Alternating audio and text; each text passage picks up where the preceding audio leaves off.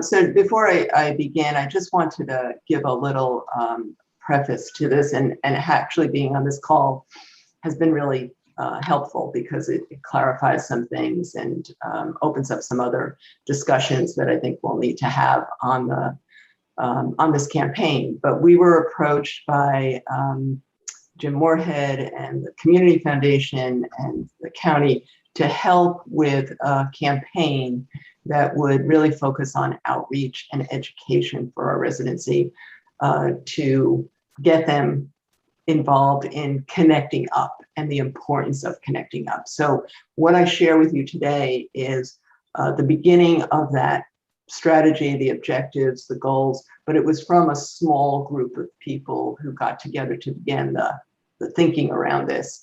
Once we launch this, and after today's presentation, we'll be building out a bigger program group that'll be focused on this specifically. So let me go ahead and share my deck. Okay, can you see my screen okay? Yes, great. So the goal here is to create a campaign that's something called Connect Up Mendo, and it's community advocacy for better digital access in Mendocino County. The two things that I want to start out with first, and I know you all already know about this, but there are two important areas. One is the speed test, which currently appears like this on the county website. And to Jeff's point earlier, it is going to help us with delivering accurate data and not just relying on data that has been given to us from, I guess, this PUC.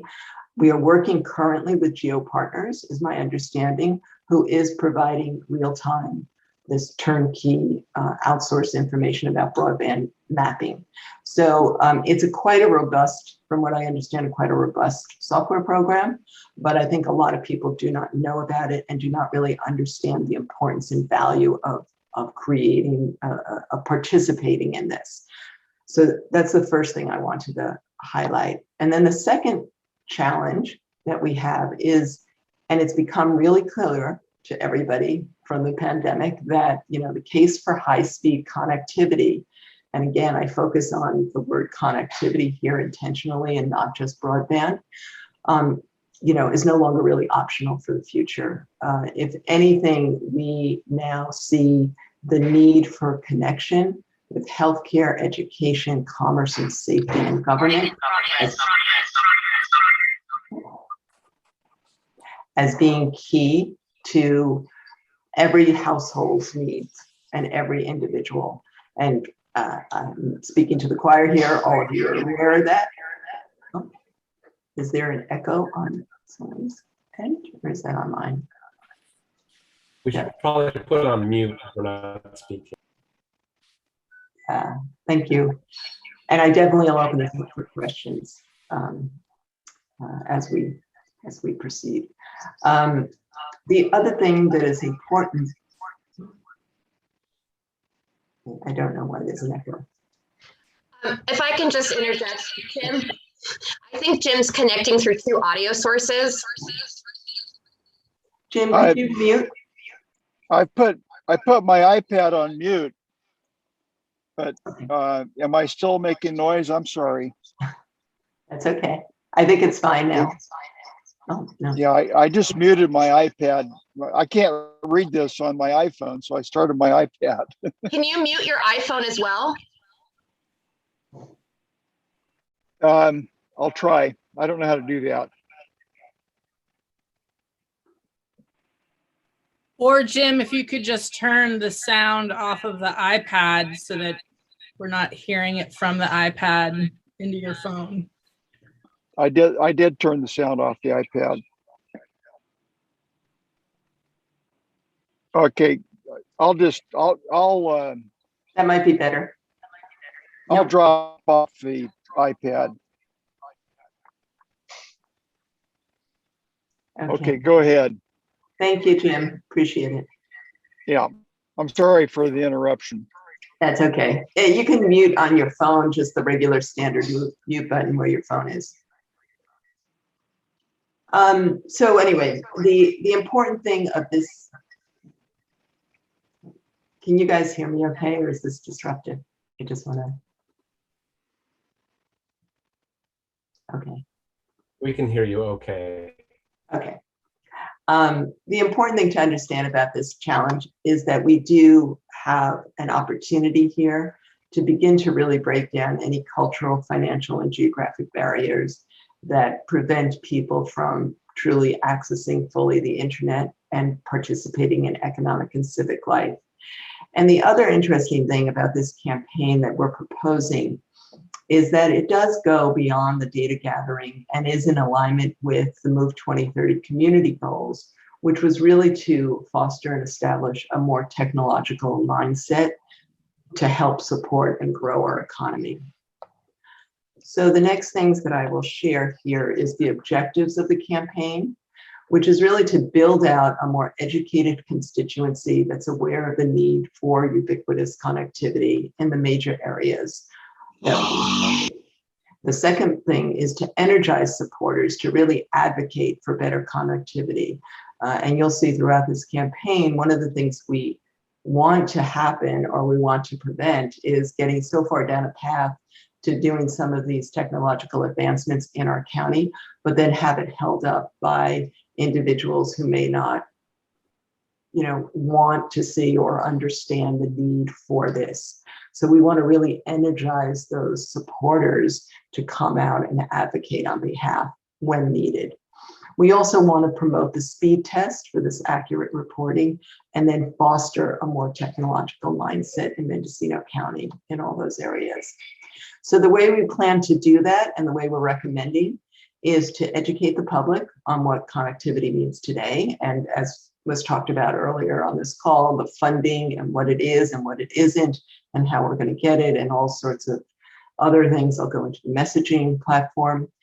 We want to share certainly what's currently available to make sure that people are taking advantage of what we have today that maybe they don't understand. And we're proposing that we design in some way some sort of pledge that supports this effort. Now, we don't have the details on this. This is going to be part of the discussion that we'll do as a team when we develop the campaigns. But we want to have people sign up so that this way, when our government leaders are going, to speak on our behalf with a larger community, whether it be for funding or for resources or for other needs, they know that they have a large constituency behind them in support of this. And finally, the other call to action is digital literacy opportunities, because we do know that currently, not only is there lack of connectivity, but there's a lack of understanding about how to use the digital tools of today. West Business Development Center obviously has been focused on that very strongly, specifically for business, and we can share those opportunities, but we could even be doing more with the general households. The messaging that we're approaching and the way we're going to be rolling this out is giving people a better understanding about why connecting. How does it affect all those different entities? How is it going to impact the economy? What does the future hold? What are deployment methods? What's nascent and new technologies that are on the horizon? Over and above funding sources, there's a lot of new things. I often refer to Starlink in this just to give people context. We at West know that, 11 businesses connected to Starlink, and they immediately were able to secure revenue because they were able to get online. So these are examples about what future technologies and new technologies coming out can do immediately for a lot of these different entities. How do I connect?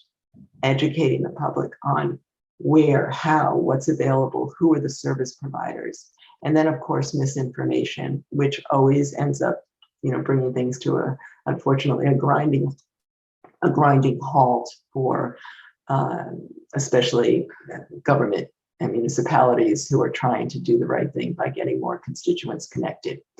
And then understanding funding, and Ted brought that up, to make sure that it's really clear what's available, what's going to be available, that where the subsidies lie, what's available today. I mean, I think that's another thing, is that this is not just about what we're going to be doing in the future, but what is really available for today. So the first thing that we want to focus on, in this effort is really on building a base of champions and influencers.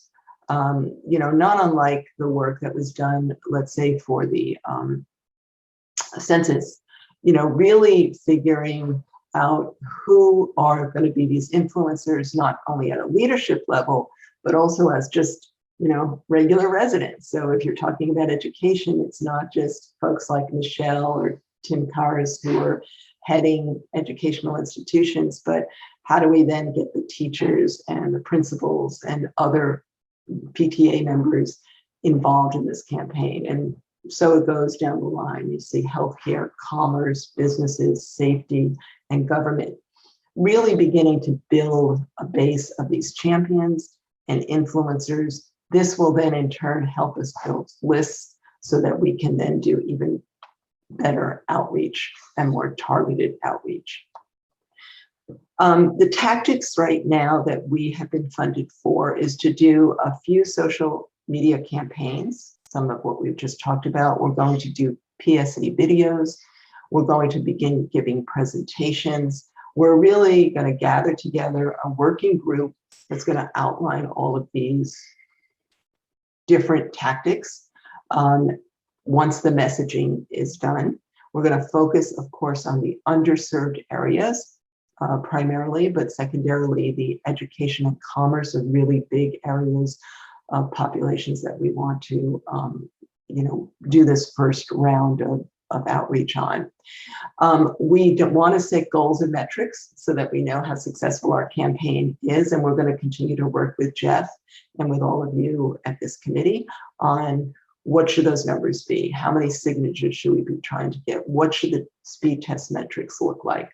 I didn't put that in here intentionally because I think that does deserve a bit of discussion and conversation to get those numbers right. But I hope that the next time we do a presentation, we will be laying out everything that will be done in detail. So I'm going to stop here and open it up for questions. This is a high-level presentation to give you a sense of the work that we'd like to see roll out and how we believe it'll actually help and advance the cause that all of you are working on to get more connectivity in our county.